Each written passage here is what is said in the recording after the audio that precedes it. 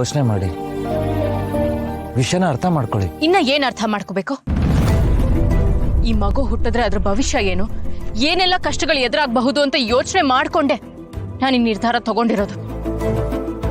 ನನ್ನ ನಿರ್ಧಾರನ ಪ್ರಶ್ನೆ ಮಾಡೋದಕ್ಕೆ ನೀವ್ ಯಾರು ಕರ್ಣ? ಬಾಯ್ ಬಿಟ್ರೆ ನನ್ ಮನುಷ್ಯ ಡಾಕ್ಟರ್ ಅಂತ ದೊಡ್ಡ ವೇದ ಅಂತ ಮಾತಾಡ್ತೀರಾ? ಒಂದ್ಸಲ ಆದ್ರೂ ಪ್ರಾಕ್ಟಿಕಲ್ ಆಗಿ ಯೋಚನೆ ಮಾಡಿದಿರಾ? ಸ್ಟಾಪ್ ಇಟ್ ನಿತ್ಯ.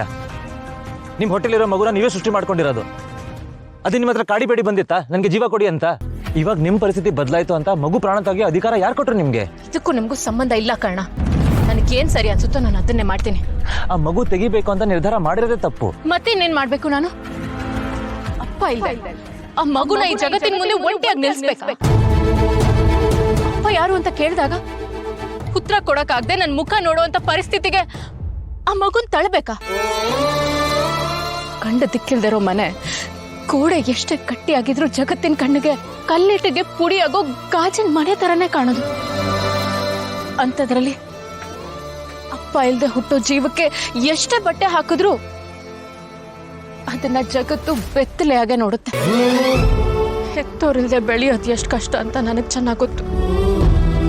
ಅನಾಥರು, ದಿಕ್ಕಿಲ್ದಿರೋರು, ಅನಿಷ್ಟ್ರು ಅಂತ ಎಷ್ಟೋ ಮಾತುಗಳು ಕಾದ ಸೀಸದ ತರ ಕಿವಿಗೆ ಬೀಳ್ತಾನೆ ಇರುತ್ತೆ. ಹಸು ಅಂದಾಗ ಅರ್ಥ ಮಾಡ್ಕೊಳ್ಳೋರಿರಲ್ಲ, ಆಸೆಗಣ್ಣಲ್ಲಿ ಏನಾದ್ರೂ ನೋಡಿದಾಗ ಕೊಡ್ಸೋರಿರಲ್ಲ, ಕಷ್ಟ ಅಂದಾಗ ಕೈ ಹಿಡಿಯೋರಿರಲ್ಲ, ಖುಷಿ ಪಟ್ಟಾಗ ತಲೆ ಸವರೋರಿರಲ್ಲ. ಇಂಥ ಜೀವನ ನನ್ನ ಶತ್ರುಗೂ ಬರಬಾರ್ದು ಅಂತ ಬೇಡ್ಕೊಳ್ಳೋಣ ನಾನು. ಅಂಥದ್ರಲ್ಲಿ ನನ್ ಮಗು ಈ ಕಷ್ಟ ಎಲ್ಲ ಅನುಭವಿಸೋಕೆ ಅವಕಾಶ ಮಾಡ್ಕೊಡ್ಲಾ? ಯಾರು ಎಷ್ಟೇ ಚೆನ್ನಾಗಿ ನೋಡ್ಕೊಂಡ್ರು ಅಪ್ಪನ ಹೆಗ್ಲು, ಅಮ್ಮನ ಮಡಿಲು ಸಿಗೋಕೆ ಸಾಧ್ಯನೇ ಇಲ್ಲ. ಆ ನೋವು ಜೀವನ ಪೂರ್ತಿ ಇರುತ್ತೆ ಅಂತ ಗೊತ್ತಿದ್ದು ಉಸಿರಾಡ್ತಿರೋದು ಎಂತ ಶಾಪ ಆಗುತ್ತಾ? ಒಂದ್ ತಿಳ್ಕೊಳ್ಳಿ ಕರ್ಣ, ಹೆರೋ ನೋವು ಹೆಣ್ಣಿಗೆ ದೊಡ್ಡದು ಅಂತಾರೆ. ಆದ್ರೆ ತನ್ನ ಹೆತ್ತೋರು ಯಾರು ಅಂತಾನೆ ಗೊತ್ತಿಲ್ಲದೆ ಬದುಕೋದು ಅದಕ್ಕಿಂತ ದೊಡ್ಡ ನೋವು. ಅದನ್ನ ಸಾಯೋವರೆಗೂ ಪ್ರತಿ ಕ್ಷಣ ಅನುಭವಿಸ್ಬೇಕು. ಅಮ್ಮ ಯಾರು ಅಂತ ಗೊತ್ತಿಲ್ಲ ಅಂದಾಗ ಅಯ್ಯೋ ಪಾಪ ಅಂತಾರೆ. ಆದ್ರೆ ಅಪ್ಪ ಯಾರು ಗೊತ್ತಿಲ್ಲ ಅಂದ್ರೆ ಛೀ ಥೂ ಅಂತಾರೆ. ಯಾರಿಗೂ ಹುಟ್ಟಿರೋದು ಅಂತ ಮಾತು ಕೇಳಿಸ್ಕೊಳ್ಳೋದ್ರ ಜೊತೆಗೆ ಅಮ್ಮನ್ಗಾಗೋ ಅವಮಾನ ನೋಡ್ಕೊಂಡು ಬೆಳಿಬೇಕಲ್ವಾ ಮಗು?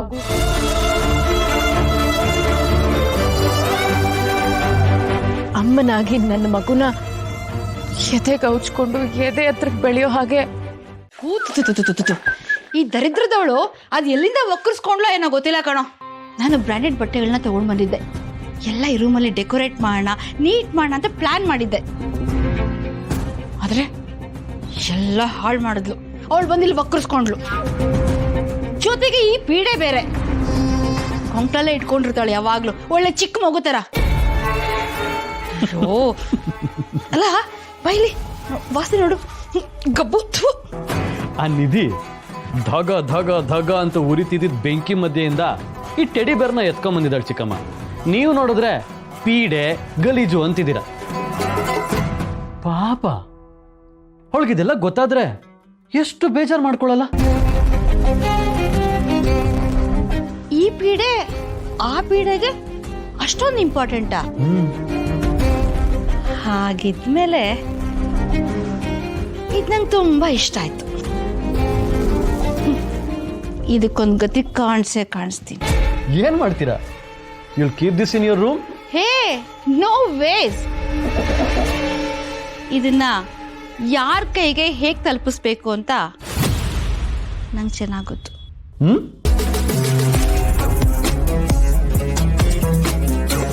ಏಯ್ ಪಾಪ ನವ್ವುತ್ತೆ ಚಿಕ್ಕಮ್ಮ.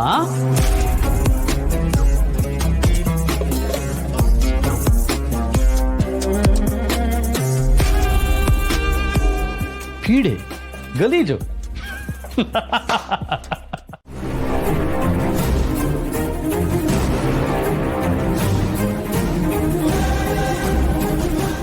ಅದು ನಿಮ್ಮ ಮಗು, ಅದನ್ನ ಹಾಗೆ ಬಿಟ್ಟು ಹೋಗ್ತೀರಾ? ಹಾಗಿದ್ಮೇಲೆ ನೀವು ನಿಮ್ ಜೀವನನ, ನಿಮ್ ಜೀವನದ ಖುಷಿನ ಈ ಮಗುಗೋಸ್ಕರ ಯಾಕೆ ಬಿಟ್ಕೊಡ್ಬೇಕು? ನೀವು ಏನೇ ಹೇಳಿದ್ರು ಈ ವಯಸ್ಸಲ್ಲಿ ನನ್ನ ನಿರ್ಧಾರ ಬದಲಾಗಲ್ಲ.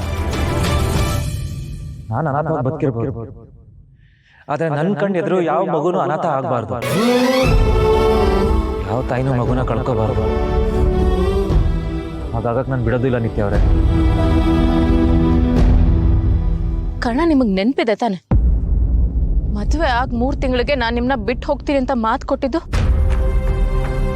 ಈಗ ಈ ಮಗು ಉಳಿಸ್ಕೋಬೇಕು ಅನ್ನೋದೇ ನಿಮ್ಮ ಹಠ ಆದ್ರೆ ನಾನೇ ಸೋತು ಇನ್ನ ಸ್ವಲ್ಪ ದಿನ ಇರ್ತೀನಿ.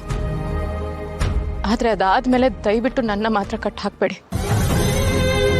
ಪ್ರೀತಿ ಇಲ್ಲದೆ ಯಾರು ಯಾರ ಜೊತೆನೂ ಬದುಕಕ್ಕಾಗಲ್ಲ. ಜೊತೆಗೆ ಈ ಸುಳ್ಳಿನ ಸುಳಿಲಿ ಸಿಕ್ಕು ನಿಮಗ್ ಸಿಗ್ಬೇಕಾದ ಜೀವನನೂ ಸಿಗೋದಿಲ್ಲ. ಹಾಗೆ ನೋಡೋಕ್ ಹೋದ್ರೆ ಇಷ್ಟು ದಿನ ನಿಮ್ಮ ಒಳ್ಳೆತನನ ತುಂಬಾ ಸಲ ದುರುಪಯೋಗ ಪಡಿಸ್ಕೊಂಡ್ಬಿಟ್ಟಿದ್ದೇನೆ.